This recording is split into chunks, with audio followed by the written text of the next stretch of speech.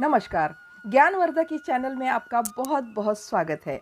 आप देख रहे हैं महाभारत कथा को एपिसोड के रूप में। चैनल को आपका सपोर्ट व स्नेह निरंतर मिल रहा है, यही मेरी आंतरिक प्रेरणा है, इसलिए आपको भी बहुत बहुत धन्यवाद। पिछले वीडियो में आपने देखा कि भीम युद्ध में सहायता प्राप्त हो जाएगी, इस हेतु से अपने राक्षसी पुत्र घटोत्कच को बुलाने जा रहे हैं। रास्ते में जगह जगह विश्राम करने के लिए उनको रुकना पड़ रहा है। तब भीम को पिछली सारी बातें एक चलचित्र की भांति उनके दिमाग में घूम रही है। भीम बता रहे हैं कि अंधे ने कैसे उनको धोखे से यह जमीन दी थी जिसमें केवल नागों का बसेरा था। जब जहां पांडवों ने स्वच्छता का काम शुरू किया तब नागवंशी लोग बहुत चिढ़ गए थे। वे सभी स्त्री पुरुष धनुष बाण लेकर मारने आ गए थे, पर पांडवों के पास कोई हथियार, कोई सेना भी नहीं थी। कृष्ण की ओर से कोई सहायता भी तब तक नहीं आई थी। सिर्फ थे 5 और कृष्ण एक थे, और घोड़े और रथ लाने वाले पांचाल के कुछ लोग साथ में थे। पांडवों के पास कवच तक नहीं थे। वे नाग लोग एकदम इनके ऊपर टूट पड़े। कृष्ण का साथ था, इसलिए अच्छा हुआ। भीम कहते हैं कि उस अंधे ने हम सबको मरवाने के लिए ऐसा नाटक किया था। उस कृष्ण का धैर्य सबके काम आया। कृष्ण ने तुरंत घोड़ों को मोड़ने का इशारा किया और सबने कवच पहने और धनुष बाण लिए भीड़ से बचाते हुए सभी जंगल के पिछले हिस्से में घुस गए। चारों ओर से नहीं, 8 ओर से पांडवों ने जंगल को आग लगा दी। ओहो, कितना भयानक था वह सिर्फ दृश्य। किस ओर से बचते, भीतर फंसकर उनमें से अनेक अपने अपने लोगों की रक्षा करने के प्रयास में लपटों से झुलसकर भाग गए। कुछ तो वहीं मर गए। डर के मारे भागते हुए बाहर आने वाले पता नहीं कितने पांडवों के बाणों के शिकार बने, इसका कोई हिसाब नहीं। कृष्ण की बुद्धि भी तेज थी। यदि चारों ओर से आग न लगाते तो पांडवों का बचना मुश्किल था। उस नागवंशी प्रदेश को आग लगाने के कारण तब से नागों के जो सबसे बड़े शत्रु पांडव बन गए।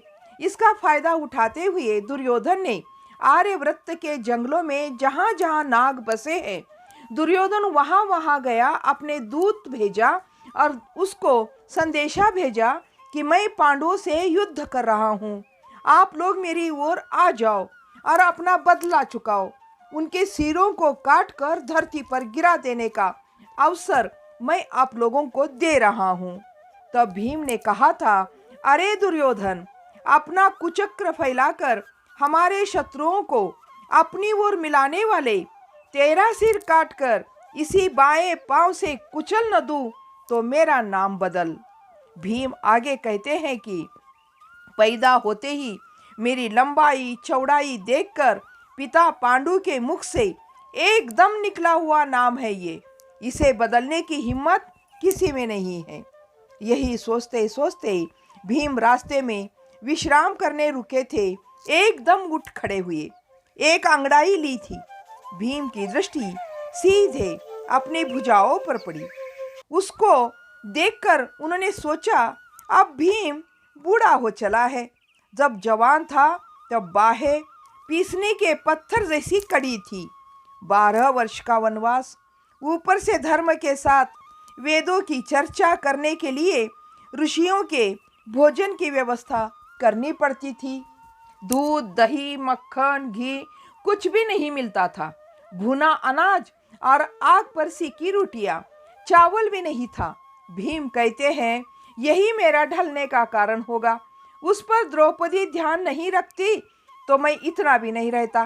भीम याद कर रहे हैं, चलते समय माँ ने अपना हाथ द्रौपदी के हाथ में रखकर कहा था, इसके पेट का ध्यान रखना, बाकी सब कुछ अपने आप मिल जाएगा। विराट नगर में भीम को रसोइयों का काम मिला, अच्छा हुआ, वरना भीम मर ही जाते। इसके याद में करते करते भीम ने देखा कि चारों ओर तो अभी अंधेरा ही पड़ा हुआ है। सब सैनिक सोए हुए थे। उनके खर्राटों की आवाज सुनाई पड़ रही थी। झिंगुरों की झी झी जारी थी। भीम को स्मरण हो रहा था कि खांडव वन में बाद में मेहनत से इतना सुंदर नगर बनाया कि ऐसा सुंदर भवन कहीं नहीं था। एक बार वहां से मयासुर जा रहा था। वह गांधार छोड़ चुका था। जीविकोपार्जन के लिए अपना देश छोड़कर जरासंध के राजगृह जा रहा था। जरासंध तो बड़ा राजा था। मयासुर बचकर वहां से भाग रहा था। तब कृष्ण ने उसको अपने बाण का लक्ष्य बनाना चाहा, परंतु नाग जैसा नहीं दिख रहा था। तब अर्जुन ने कृष्ण को बाण चलाने से रोका था, नहीं तो वह मैं शिल्पी वहीं ढेर हो जाता और ऐसा सुंदर वैभवशाली इंद्रप्रस्थ न बन पाता और न ही ऐसा सभा भवन। उसने आकर अर्जुन के हाथ थाम कर पूछा था, तुमने मेरी जान बचाई, तुम कौन हो? अर्जुन ने कहा था, इस राज्य के राजा का भाई हूँ, मेरा नाम अर्जुन है।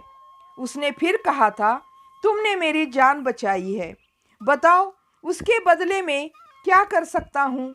अर्जुन ने पूछा, तुम क्या कर सकते हो? तुम कौन हो और यहाँ क्यों आए हो?